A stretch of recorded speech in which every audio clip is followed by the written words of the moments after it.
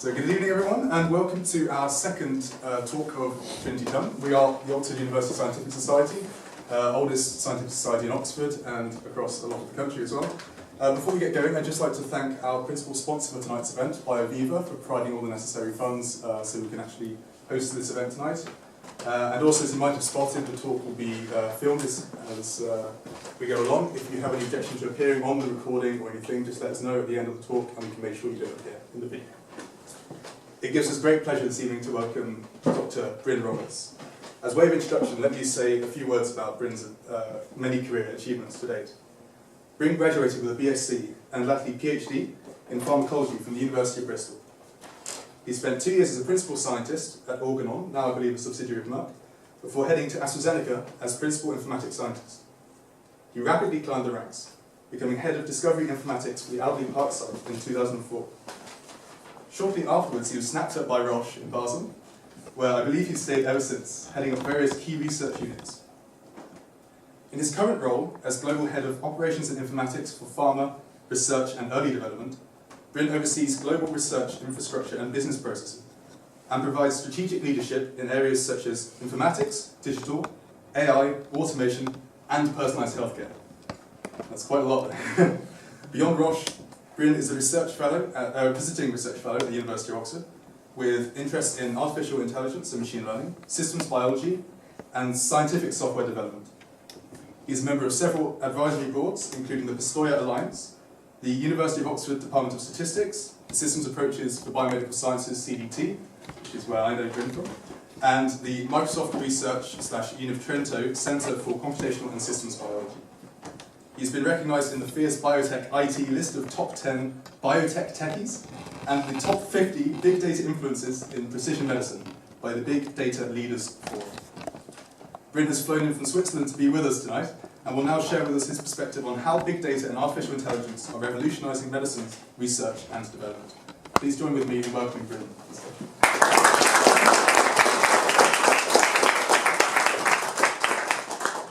Thanks for the warm welcome. It's really a great pleasure and an honour to be here with you. And I can actually skip my first slide, which was all the stuff he said. So on to the real business. So I'll kick off with an introduction. So I'm aware many of you come from different disciplines. Some of you will be more on the computation side, some of you will know more on the life sciences or medicine, and some may just be interested bystanders almost from this topic. And then I'll give a number of examples from our work, just to sort of crystallise what it really means, where big data and AI are really having this impact that we're talking about. Briefly end with future direction, where could this all be leading, before summarising. So the introduction is really to introduce you to the concepts of personalised healthcare, big data, and artificial intelligence. So it's going to be reasonably high level. So the first concept here is personalised healthcare. So we have a paradigm kind of in medicine, and we have for I guess now hundreds of years even, where if you have a certain syndrome, so a certain collection of symptoms, you are given a treatment which matches broadly, on average, that symptom set. So it's a one-size-fits-all. And where we're moving towards with this personalised approach is really understanding the individual, at really the details of the biology of the disease, to such a level of stratification that we can tailor treatments or other healthcare interventions very specifically for individuals, or very small groups of individuals. Doing two things. One is to avoid unwanted side effects. So, as we all know, drugs do come with a number of side effects. And then, of course, to maximise the efficacy, the outcome that we're looking for. If you remember that slide throughout the talk, it all kind of hinges back on this. How do we understand the biology and the disease sufficiently to do this personalised approach? Now, biology is at a number of different levels. So we start at the molecular level with the DNA, which is really, if you like, the code, the blueprint of life within each of our cells. It's then, through a series of processes of transcription and translation, converted into the operational units, the proteins. These are the functional part of biology, enzymes and receptors and so forth. These are then composed into cells, into organs, eventually into a whole being, and then, of course, into populations. So we're interested in biology at all of these levels.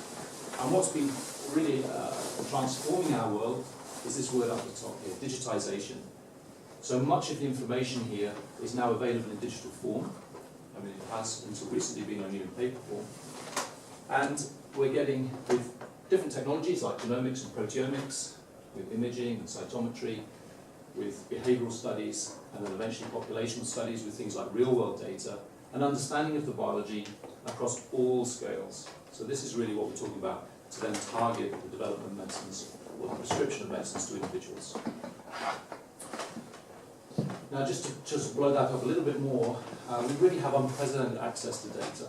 So data such as genomic sequencing, many different collections of genomic sequencing data available out in the public domain, as well as in institutions. Often linked to real-world healthcare information. So we have information about individuals' genomes, and in addition, information about their healthcare status and history. And that's a very important intersection. We then start to build, or increasingly now, and I'll come back to this a bit later in the talk, information about how people are behaving. We can monitor people with sensors, with mobile technology, and I'll say a lot more about that afterwards. And then we have other technologies like pathology, imaging, cytometry, understanding individual cells and proteins and so forth in the human body. So a huge amass, a variety of different data. And one of the key themes that we've been working on actually across all areas of science, but particularly in this space, is the farification of data. So for these data to be useful to us, in the examples I'm going to give you, they need to be findable, accessible, interoperable and reusable. And that sounds simple, but we spend probably 80% of our effort in informatics in just this piece. So the machine learning piece, which I'll talk a bit about, is fairly straightforward compared to the difficulties in finding these data, understanding them at a semantic level. So they may use very different ontologies or different vocabularies. So how do the meanings actually relate to one another in different data sets? And this is critical. I'm not going to say a lot about that, but I just wanted to make the point it's extremely important. But a great example of this type of big data effort is here in the UK. So you might have heard of Genomics England and the 100,000 Genomes Project, which has actually just completed the 100,000 genomes and is now going on to do a couple of hundred more.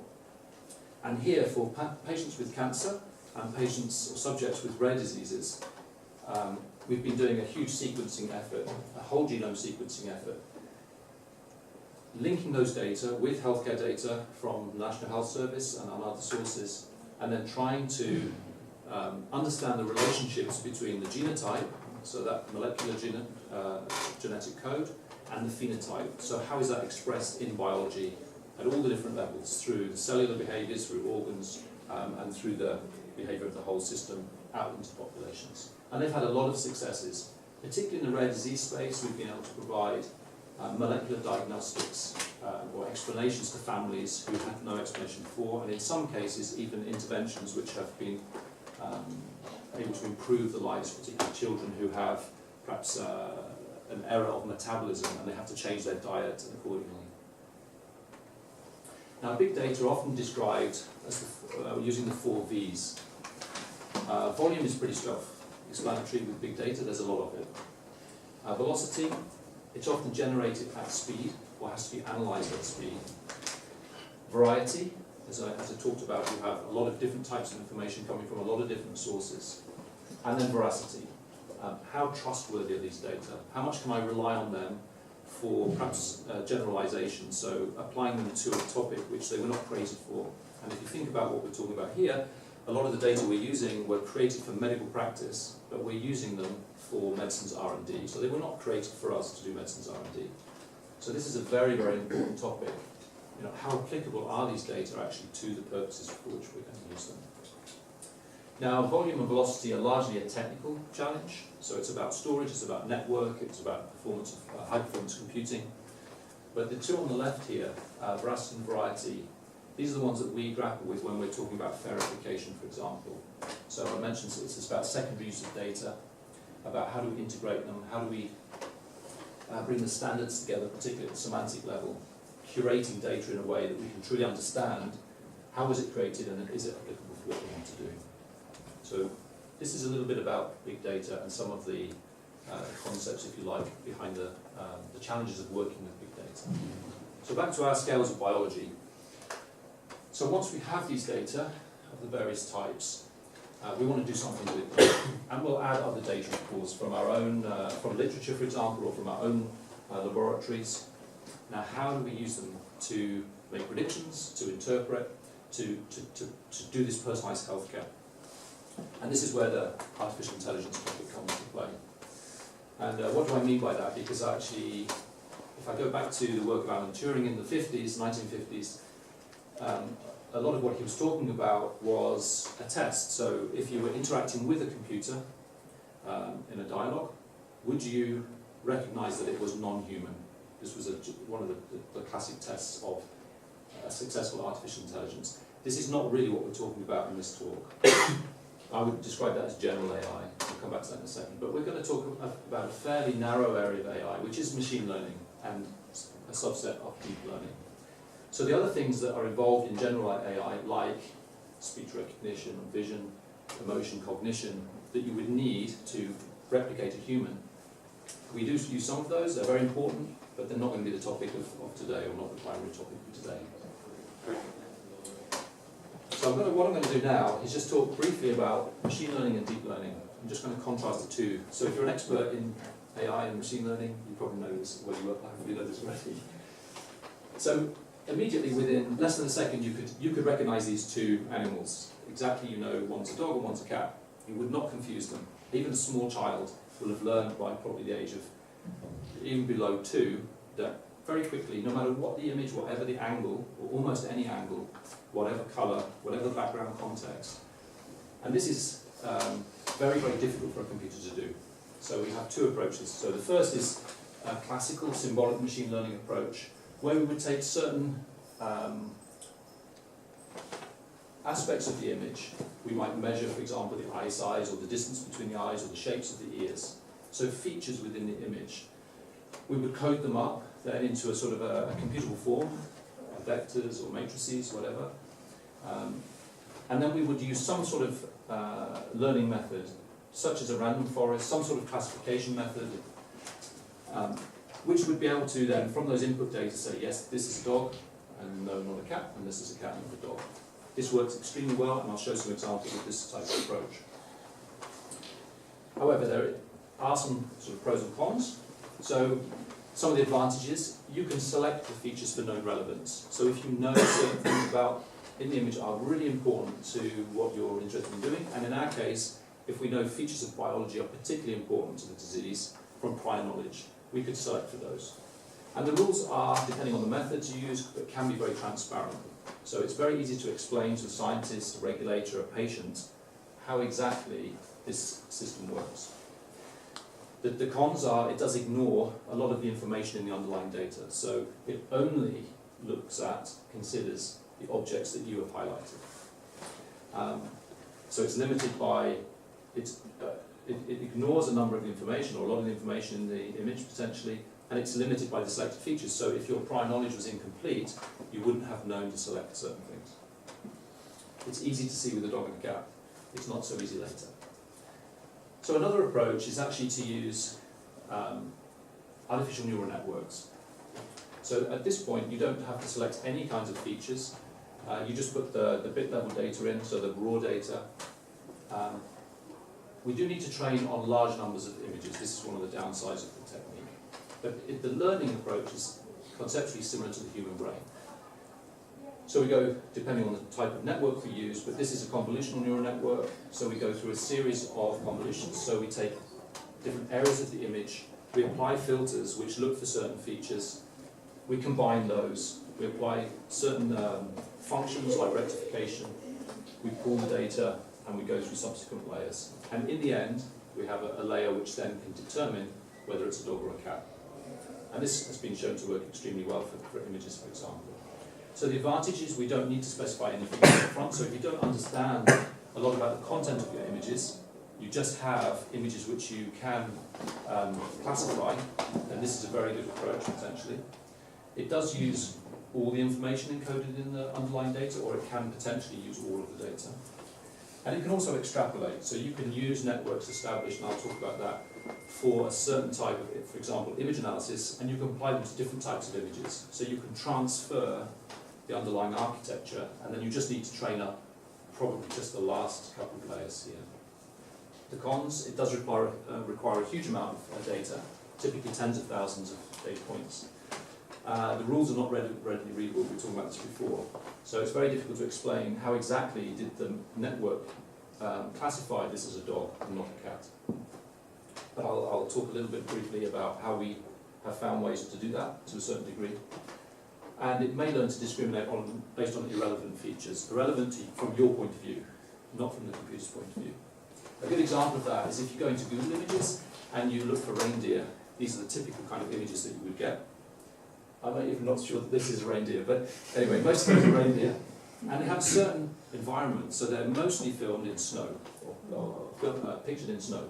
If you search for red deer, these are typical images of red deer, often on grassland or forest, so a very different background. And as I was just doing this quickly, just to see how good it was, I found this deer under reindeer. This is a fallow deer, you can tell by the flank markings here. I was actually really surprised that Google misclassified this one. So my first assumption, what I was going to tell you, is it was all to do with the background, because it was on snow. Actually, that isn't true. So actually, this example is not quite what I was going to show. Although it's true in part. It's partly because of the background, and it's partly because it was mislabeled by human error. So somebody, several times actually, had shared this image and labeled it as a reindeer. And of course, Google not only uses the image, but also uses the metadata. So this is where curation and metadata are so important, in addition to the underlying images. So I hope now you understand a little bit about what we mean by personalised healthcare, a little bit about artificial intelligence, machine learning, deep learning, and a little bit about big data. And now I'll give you some examples. So how is this working in our world? So the first example is from our search for novel antibiotics. So we're one of the companies who are trying to find novel antibiotics. It's a tremendous challenge, of course, as you know, worldwide with antibiotic resistance. One of the major threats to humankind is the potential emergence of bacteria that are completely resistant to all antibiotics. And there are a few around. So what we do, we put bacteria into little dishes, this plate, and we actually stain them with a multitude of different stains. And this is the way we determine a phenotypic fingerprint. So this is, if you like, just almost arbitrary properties of the bacteria to do with their metabolism, their shape, their form, their intracellular form, and so forth. We measure them by fluorescence, we get images like this. We do exactly what I mentioned in the first example, so we use a symbolic machine learning approach. So because we have very discrete cells, we're able to train the machine to extract features from these images. So mitochondria, mitochondrial size, various potentials across different membranes, these kind of things, using the dyes. We code them up into, as I mentioned, computable fingerprints. We use a random forest classifier, this is one of our favourite tools. And we're able to get this probabilistic model because we put known antibiotics of known mechanism into the system. We have the fingerprints of the known mechanisms. So for example, on the right here, these are different mechanisms of classical antibiotics. And then for the unknowns, the test compounds, if we see patterns like this, we know this is very similar to an existing mechanism. It's probably not something we're terribly interested in. Whereas if we start to see a spread like this, it has very low relationship to any single existing mechanism. Potentially here, it may have multiple mechanisms or a completely unique mechanism. And those are the molecules that we're looking for, and we will take forward in our screens and potentially have new series of antibiotics for the future. So that's a very nice example where, again, it's using images, but it's using symbolic approaches, very easy to understand system. Now another area of our research is towards therapeutic proteins, and in this case an antibody. So rather than use a small molecule, like aspirin type molecule, we really take advantage of nature. So we all produce antibodies to different antigens, and we can use these molecules to bind onto a target of interest. So this antibody has 2 binding arms, and there's a very specific region of each arm which has a high variability. So there are a lot of different amino acid residues that can be in this binding pocket, and therefore it can recognize different types of targets. And we typically, for example in cancer, will go after something that cancer cells express at a high level on their surface. The antibodies will then bind onto that, and then we can rely on the effector systems of the antibodies, or we can engineer different things into these molecules which actually directly attack the cancer cells. Now the challenge is, as we're screening thousands of these in different libraries, if we change the sequence of some of the backbone of the antibody, it causes a change in angle of these subunits here, and therefore changes the binding pocket, changes the specificity of the antibody for the target of interest. And we wanted to understand this. This is actually a collaboration with SAB students from previous years. And what we did in this project was we took a large amount of data from public and internal sources, the actual amino acid sequences of the antibodies, as well as their crystal structures. And then from the crystal structures we took certain parameters. We took a number of angles and distances within the binding pocket, and we built a model which basically tries to predict how changes in the antibody's sequence affects the angle of this particular binding pocket. Again, using a random forest classifier. And the outcome was a model which was actually industry leading, so it was really superb, and is now part of our routine large molecule engineering process. So when we're thinking about changing the sequence of these antibodies, this model is actually applied to predict how that might affect the binding. Another example is in ophthalmology, and this is actually a nice example where we can really go back to the dog-cat model. So in this case, looking at colour fundal images, these are the images that you get from the optician when they or ophthalmologist when they take a picture of your eye. So it's just a 2D colour image of the retina, of the back of the eye. And what we wanted to, the question we had was, could we predict from just these 2D images measures of diabetic macular thickening? So in diabetic patients, the thickness of the retina is increased in certain regions, and partly due to the build-up of fluid in the retina. So what we did, the two-stage process, we took a network. This is a deep neural network now, so this is deep learning, that had been trained on ImageNet. So this was a general classification of images. It had then subsequently been transferred, if you like, to a specific problem that was very close to the one we're looking at in a public effort. This was the Kaggle Diabetic Retinopathy Challenge. So we took the network, which is publicly available from this, and then we used transfer learning, as I mentioned. So what we did was we took a lot of phase 3 trial data from our own clinical trials, and we further trained the network. And the idea was to classify whether we had certain degrees of thickening in different fields of the retina. Long story short, for those who are computationally, who are in the computational field, we had for the ROC curves areas under the curve of roughly around 0.97. This is extraordinary. So a very, very strong prediction from this model, from a number of different features. And one of the big challenges, as I mentioned, is so what exactly is this network doing? So it has many layers, and many values are coded into this network as it's trained, but we don't easily find out what exactly is it looking at, in inverted commas. So what we did was we ran an attributization map by propagating backwards in the network, trying to understand which areas of the image is it weighting. So these were the original images, and this is the attributization map. So the red areas are where the network is placing its highest weight in terms of discriminating. And sure enough, it's biologically relevant. So these are major blood vessels in the back of the eye and areas of edema that could be detected by an ophthalmologist. So this is a very nice example now where we can use deep learning to predict from 2D images, whereas normally we'd have to use a much more elaborate approach to do 3D sectioning of the retina.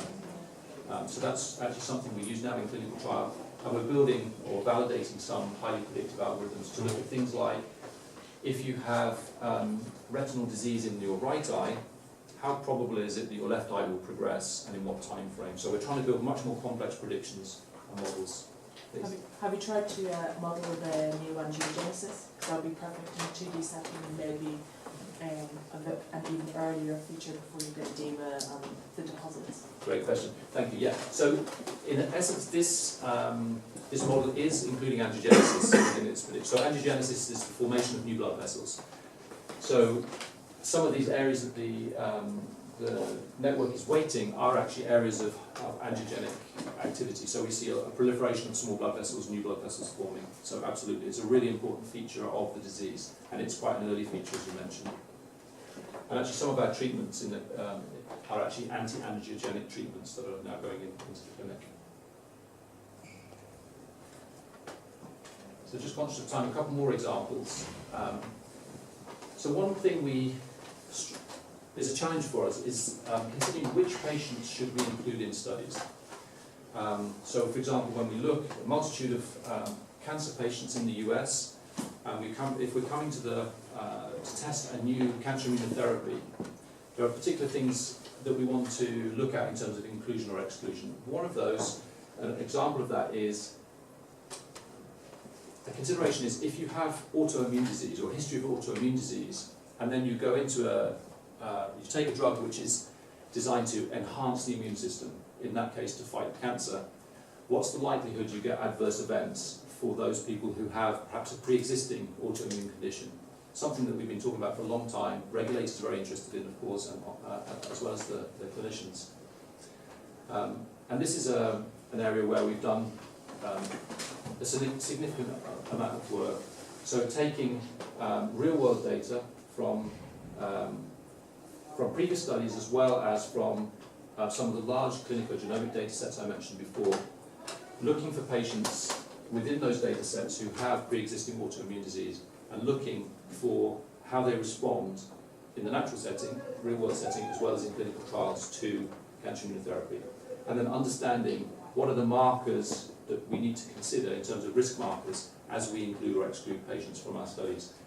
So this is another area where, again, leveraging big data from different sources, building some predictive models is really helping us in the design of our clinical programs and hopefully trying to avoid any potential risks to these particular patient populations. Also, when we're in clinical trial, you can imagine we come to test a novel anti-cancer drug, and the way it's traditionally done is a randomized placebo or a standard of care randomized study. So some patients are given the standard of care and some patients are assigned to the test drug. Now, in the case that you have a test drug that you believe is going to be active, there are some ethical questions here. So many of us, particularly if we know the standard of care is poor, do we really want to be the ones that are randomized onto the standard of care arm, or would we rather be the ones who are on the new test drug? So a big question for a long time has been, rather than do a full randomized study with standard of care or even placebo, not usually in oncology, but could we actually use real-world data to provide the control arm?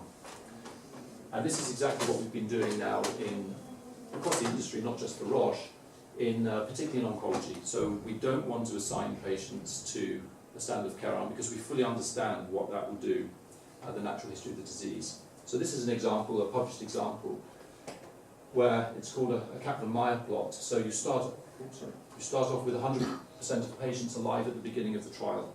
And sadly, many will progress and will die during the study.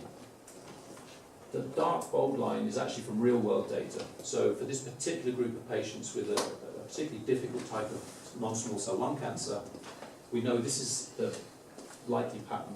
So then when we come with a single-armed drug study which produced the light blue line here, we can then talk with the regulators and say we can actually demonstrate an advantage with this drug without actually having to randomize anybody to standard of care. That does a couple of things. It's ethically better. It's also much smaller studies for us. Now, across the industry, we have thousands actually of new molecules being tested for cancer. And it's a very limited population of patients, so it can take a long time to recruit enough patients to get a definitive answer on our studies. So this is another way to accelerate that. Patients in the test arm, then in the control arm here, and that's a big consideration. How many patients do you need? So we run a number of simulations over these data, with more or less patients. So there are fewer patients, and that's why you see a more jagged line. Do you want to have your essential control arm, your experimental arm, to be around the same size? So in that way you can compare the statistics, right? If your one is larger than the other one, or you can alternate the ratio between your experimental arm and your control arm. Exactly. At one point you're going to get a significant level or something. It's a good point. So this is really the depth of the design. So they don't have to be the same size. That's one of the things we actually found here. With a smaller number of patients in the control arm, you can get sufficiently robust statistics to test your molecule. In an ideal world, I'll come back to this now actually, in an ideal world, would they be the same? I don't think it matters that they're exactly the same size. What's much more important is that they're well matched on a series of other properties. And that's what I wanted to talk about here. So this cohort matching, the question is, did you pick from the real world the right patients that were comparable to the patients that were in your main study? So actually, this is traditionally done. There's many approaches to do by hand. So really matching patients, looking at a variety of different parameters. So obvious things like age, sex, racial background, all of these types of things that we know can have an impact on outcome. But what we've been doing now to leverage machine learning approaches is we use an autoencoder. So this is a method of dimensional compression or dimensional reduction, similar like a principal component analysis, but in a nonlinear fashion. So just to give a sense for those who are less familiar, if you take an image like this one, this like 3D mushroom, and you code up the key features into this autoencoder, and then you ask it, if you like, to represent that back, what you see is this image here. So you've removed a lot of dimensions from the original image, but you have a representative, what's the word, avatar, if you like, almost, of the input data. And we've exactly used that for these approaches. So we look at all the different features from these subjects. So what medications have they been on, what's their diagnostic path, what procedures have they undergone, as well as all the obvious ones, smoking status, age, sex, all those kind of things.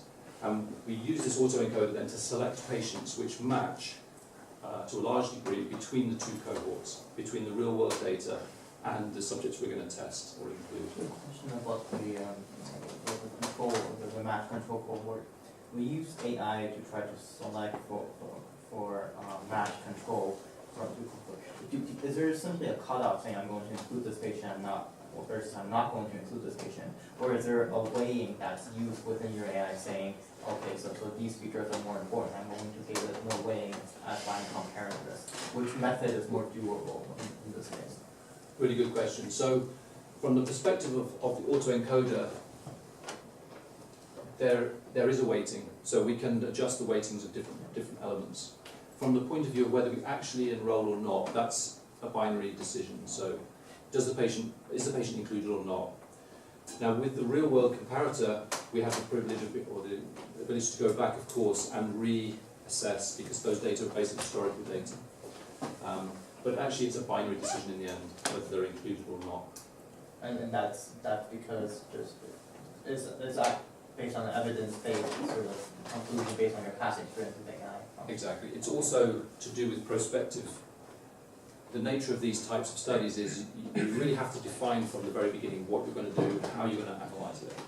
What you can't do later is adjust that on the basis of what you found. So this is really important for clinical studies. One of the really key principles, they're always prospective in nature. Well, let's say when you get to the latter ones for confirmation. In experimental medicine studies, then we could actually do this. We can then adjust. It's always a balance. Within clinical, you have to set your criteria in the beginning, versus in AI, it's actually better to keep on going back and reiterating. Absolutely. And that's a good question, whether it will change actually in the end the way we look at clinical trials. Just in this positive case, and why was phase 2 rather than phase 3 data used?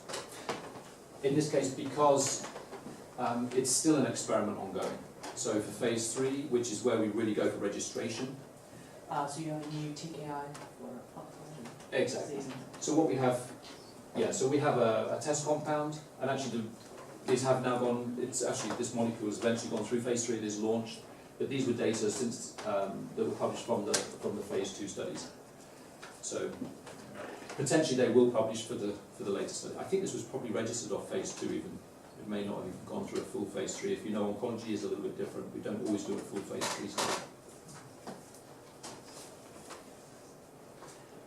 Anyway, the approach for the autoencoder is a very successful approach. So if you compare it to the manual variable selection, it's actually a very strong method. Now, I do want to leave time for a kind of completely different topic, which is the use of digital tools in the clinic. I mentioned very early on the use of sensors and mobile technology to measure what people are doing. And this is an area of really creating data that we've never had access to before. So if you think this is a Parkinson's patient, 365 days of their year, and typically they'll see the physician twice during the year.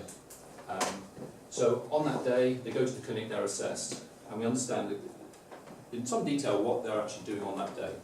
The challenge is, we know it's a disease that varies from day to day. The symptoms come and go, good days and bad days.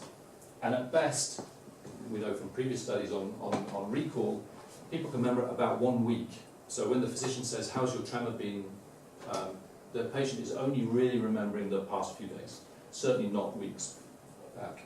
So all of these data were missing. So as we bring experimental drugs forward, if we really want to understand how is it impacting the quality of life for a patient, we need to have much more understanding about what's going on through the course of the year. So we've been deploying sensor and mobile technology to try and get a measure of what's going on. So we've done now a number of clinical trials, I'll mention a couple, using mobiles, wearables, and also gaming devices like the Microsoft Kinect platform. The hypothesis was, now it's proven, I think, they're much more sensitive, precise, and objective. So, you know, if you're in front of a physician and they're trying to do a visual analog scale, you know, is it a 4, is it a 5? It's quite subjective, good as these physicians are. Also not very sensitive, I can actually show some data on that. It's continuous and longitudinal, so we can measure every day of the year, year after year. So we can capture episodic and rare events. And it really reduces the assessment burden. So a patient can be measured during the course of their normal lives with very little additional burden. Even in some cases with gamification, we can make it, to a certain degree, a bit of fun for the patient, depending on, of course, the disease they're suffering from. And this is a typical battery of tests we use for Parkinson's disease. So sorry, some of you have seen this before in the SALBS program. So we take the mobile device, we can record voice, we can have the patient with the phone attached, just stand still, looking at balance. And here's a couple of examples. So this is a normal subject holding the phone on the balance test, and this is a Parkinson's patient. And you see very quickly they're unable to maintain their stability and balance.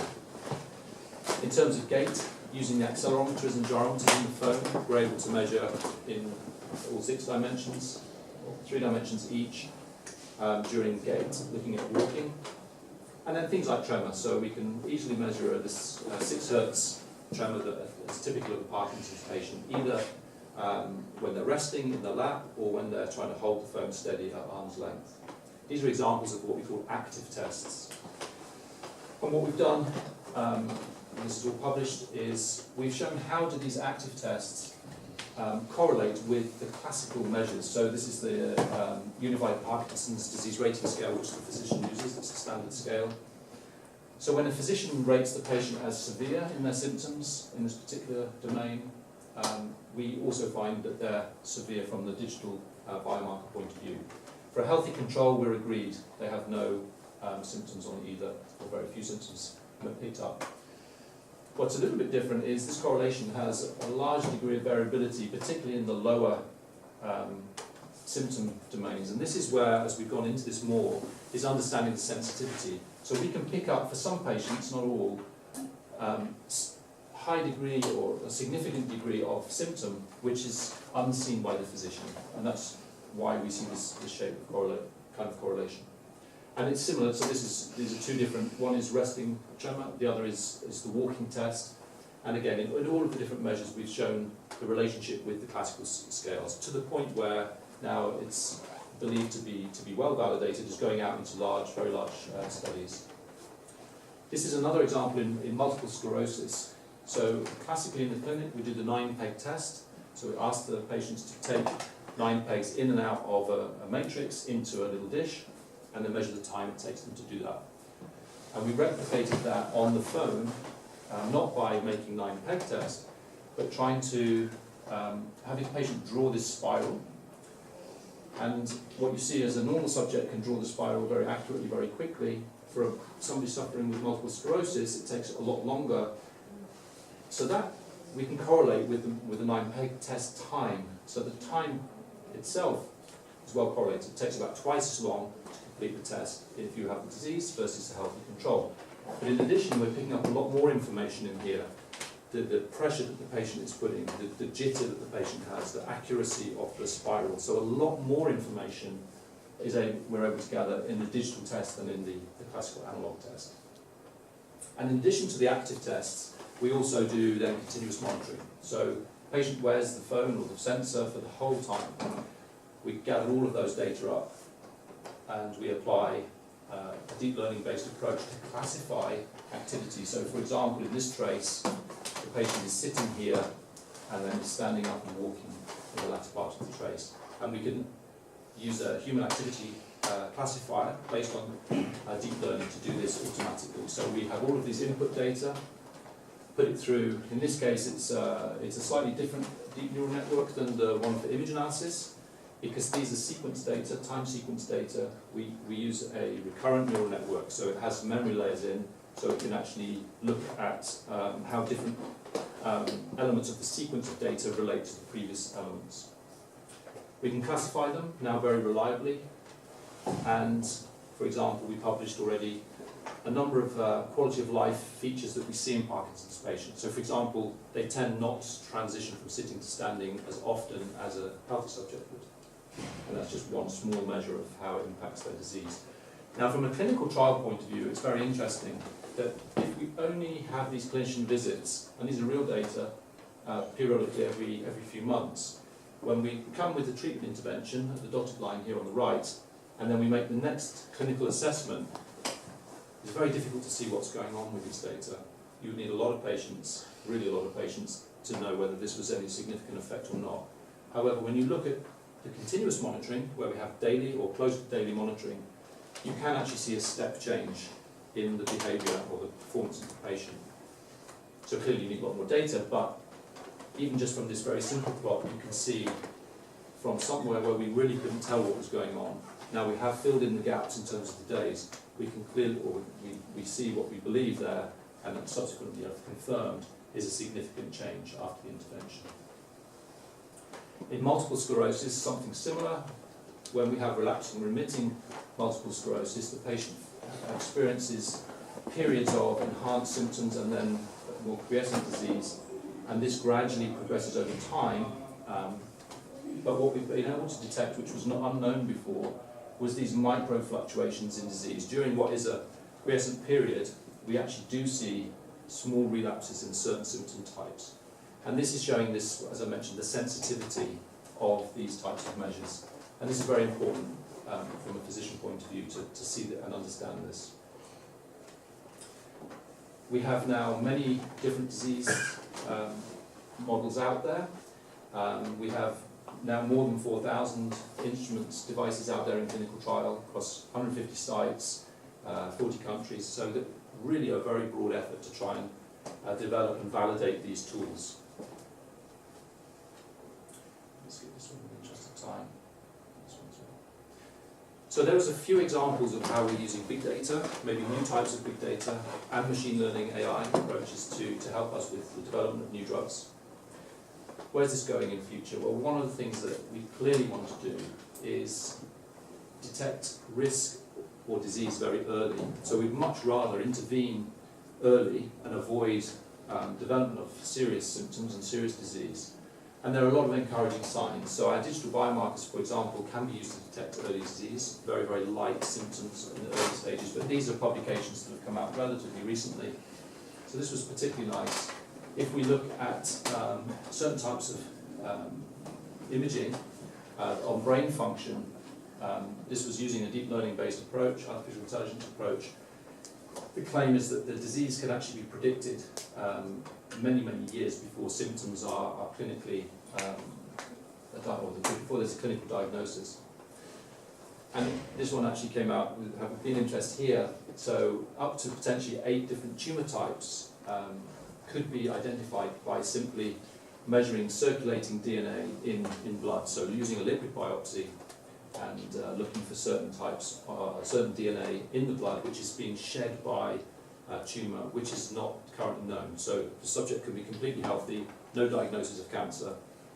These types of screens, if they are fully validated, would enable us potentially to have a simple blood test every whatever period, 2 or 3 years, and to have a very early understanding that something's going on, that we have some sort of very small tumour already developing. And this is really the direction of using, I think, these tools, really a data-driven approach, using AI-based tools to improve health in the long run. So one point I wanted to make, in addition to data and technology and compute and all the stuff I've been talking about, what's lying under all of this is a data science capability. So it's really important that companies like ourselves, universities and hospitals and others have people who can work with the computational side as well as the domain expertise and are able to communicate either with patients, physicians, researchers or whatever, what is going on in the data. So I can't understate this enough, really having that capability, which means a group of multidisciplinary individuals really collaborating together. And eventually what we'll do, taking those meaningful data really at high scale, applying advanced analytics, we're then able to do smarter and more efficient R&D, as I've exemplified, and also improve access and the personalisation of medicine. And then as we do that, we gather more data, which then feeds the cycle. So this is really a virtuous cycle of building data to improve healthcare.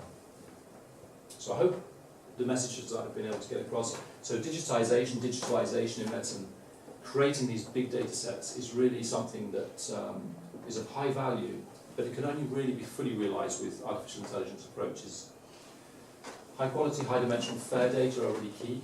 It's no good having low quality data which are not accessible or interoperable. AI doesn't help you in that case.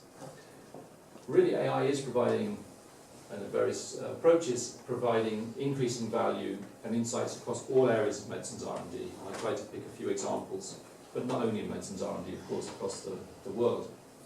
Data science, I've said. But ultimately, we love a world where we could detect disease early, or the risk of disease early, and avoid disease altogether. So it's not all about medicines. Roche has another side, which is diagnostics, and one of their aims is really to avoid the disease in the first place if we possibly can. And with that, I just want to acknowledge many collaborators and colleagues have done this work, and 2 colleagues in particular from our data science organisation, Anna and Florian, have really been key to some of those examples that I've shown. And with that, I'm very happy to take a few questions or discussion.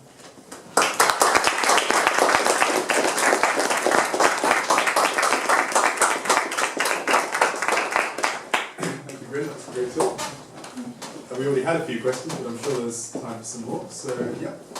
I was wondering, how do you see patients' data being handled in all this? I mean, is it going to be the case that we're basically going to have to hand over all our data to companies to do the processing, or governments? And is there any other way that it could be done? And if not, I mean, how do you stop people exploiting the data? Great question. Gosh, this is such a hot topic. So this is, let's say, first of all, this is very culturally and geographically specific. So depending which country you live in, depends very much on your attitude towards who kind of owns the data. So that's the first thing. It's a societal question. What I can say is, for example, the digital biomarkers. This is a good example because we've done this very recently, and a number of questions come up. So firstly, privacy. Is it possible? What are you going to do with my data, and how are you going to look at me? Particularly when you're collecting things like GPS and behavioural data. Is my privacy secure? So certainly, I think across the industry, but ourselves, I can speak for all of the standard stuff in terms of encryption and segregation of data is applied. But even down to the behaviours of our team, so we spend great efforts to train the team. Actually, only 1 or 2 individuals are ever able to connect all the data in such a way that privacy questions would come up. So we take this super seriously. We talk about privacy by design, for example, in that. So our architecture is designed with privacy as a format. Now the bigger question about who owns the data. So legally, data ownership is a very grey area. There is no real solid framework for legal ownership of data. But I think generally we accept, and we speak about patients' data as if patients are owning it. We feel like we own our own data. Now there are a lot of efforts ongoing to use technologies like blockchain and others to allow people to take control of their own data. So you could potentially share data with parties that you're interested in sharing with for specific purposes. You could potentially receive benefit in kind. You could even monetize. So I think that's a discussion and a development within society that will come. I mean, this is clear. What we try and do with our studies is look for really the mutual benefit. So we want it to be really beneficial for a subject or a patient to take part and to collaborate with us. So for example, in the case of multiple sclerosis, we have a big open label study called Floodlight, which anyone can enroll in, actually whether you have MS or not. And there we provide direct feedback to patients on, there's a little interface about how they're doing, so they can see their own data, real transparency for them. So that's very important to us, that we provide value back to an individual for sharing their data, which is appropriate. The other big question comes, the data of one individual alone is of no value, or low value. So it's only when we collect data from large amounts of the population together that we get real value. And that's another difficult discussion. In a sense, my data are not worth a great deal on their own. It's only when it's combined with everybody else's. So that's another interesting consideration in the whole discussion, but it's a really good question. It's a whole topic. I actually want to challenge that point. You said your own data is not important, right? I guess in a drug discovery study, your one individual's data might not be important, but if you actually follow the summit between the head of the U.S. and head of North Korea, Kim Jong-un actually protects all his own genetic information, because if there's a known mutation deleted, he doesn't know diseases. Absolutely. So no, you're quite right to question it. For the individual, it's extremely important. From a societal point of view, the power is in the collection, of course. But you're absolutely right, of course. Okay, can I ask my question? Yeah. So when you design these diagnostic tools, how do you optimize this sensitivity and specificity? Because a lot of these, for example, in cancer, a lot of these things, if you diagnose early, that can be there can be radical intervention surgery, but these things all have essential side effects, right? So that's the case we see from prostate cancer, or even the mammogram we do in breast cancer. How do you find the balance? It's one thing to train them in computers, but when you send these algorithms to the real world, you see a lot of these false positive discoveries. Yeah. So it's a really fundamental question. I should have really thought to mention that. So we optimize the model based on the purpose. So we will always have false positives and false negatives. And the question is, in this step, whatever the decision is or the process, what is of what's highest priority and what's of highest risk? So you can often only tune the machine to one direction or the other. So you have to accept probably you either have slightly more false positives or false negatives. So the key question is, what I'm doing is more important. So for example, for early diagnosis, you might say it's much more important to have a certain level of false positives, but not to have any false negatives, for example. Because if your next step in the triage, you can clearly rectify those data using another test. What you would not want to have is high degrees of false negatives, where you basically miss people and you're not able to pass them down the triage. So I think it's very specific to the purpose, but it's a really good question. Often we have to choose, do we tune for avoiding false positives or negatives? And back to the question about phase 2, phase 3. So I'm in early research and early development, typically going up to phase 2. We want to avoid false negatives. We want to make sure we give every new experimental drug the best opportunity to move forward. So we design our studies, of course, to be as accurate as possible, but we try to avoid false negatives. When we get to confirmatory studies, phase 3 typically, for the regulators, the question is, we don't want any false positives. We do not want to move a drug forward into the clinic that does not do what it says it's going to do. So that's an example where we really switch the designs to optimize for the reader. On the topic of diagnostics, usually when a diagnostic is approved, it's usually approved on its current state. It can't really change afterwards. But what the beauty with AI is that it can continue to learn after it's been approved. How on board are regulators with this idea of a diagnostic continuously evolving after approval? Great point. So the FDA and industry are in a dialogue at the moment around software as a medical device. So it's really, what they're going to validate then is not the test, just the test as it is, but the test plus the quality of your processes. So how robust is your approach to having this thing learn? So this is what we're exploring at the moment, is how can you have this almost dual view on validation, but absolutely recognizing that's the whole value of this. You don't want a static model, you want a model that's learning from more and more data. Thank you very much enjoying your talk. How do you envisage that we're going to be able to make the best use of a convergence, if you like, between the statistical paradigm of the hypothesis-driven review versus the data-driven paradigm of machine learning, particularly when it comes to inductive biases? Absolutely, really great. Another really fundamental question. So, almost all of what we do is starting with a hypothesis. And then a lot of the opportunistic hypothesis-free elements we do by then exploration. It's still on the foundation of a kind of an overall hypothesis. So the hypothesis might state, within these continuous monitoring data, we have information about how the subject's symptoms are progressing. The question of exactly what and how then is the subject of micro-hypothesis-free iterations. So we see it very much, and we've debated this endlessly with the statisticians in the company. We see really the two sitting side by side.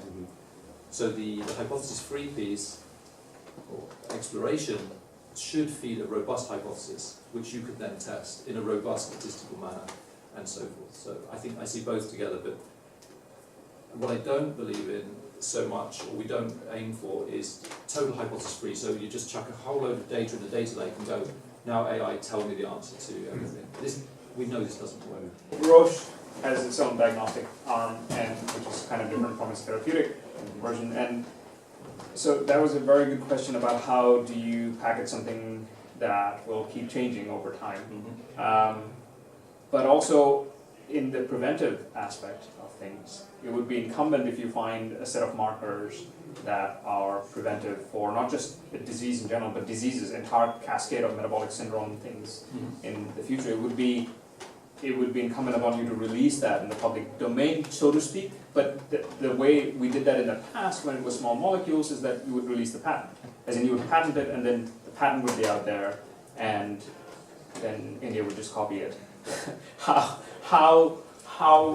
What does the future look like where you have all of these data sets that you're training your algorithm on, and if it's a convolution neural network or a deep neural network, nobody really knows what exactly is happening in the middle. And how do you patent that? How do you actually expose that? How do you keep it proprietary so that you can gain benefit from that whilst giving it to as many people, especially if it is preventive for not just one disease but entire clusters of non-communicable diseases? Great question. There's no clear answer. So what I would say is we tend towards publishing in many cases. So it's very difficult to patent a lot of these things. So where we hold intellectual property which can bring value to the company is often in a process, many different steps. And simply the algorithms, so most of the things I've described here are published. You can download the models and further enhance them and work with them. I think if we come up with something which is truly predictive and has great value to society, then we make a judgment call. Is this something that we would want to offer as a commercial offering with all the associated services and quality stamps? Or is this something we believe is valuable and we should just put to the public domain? And then we would probably work with either publishing or with a charity, for example, or a patient organisation. So we work with Michael J. Fox, for example, on the Parkinson's side, making these tests publicly available, all parts of them. So it's a Great, that is all we've got time for. So thank you, Bryn.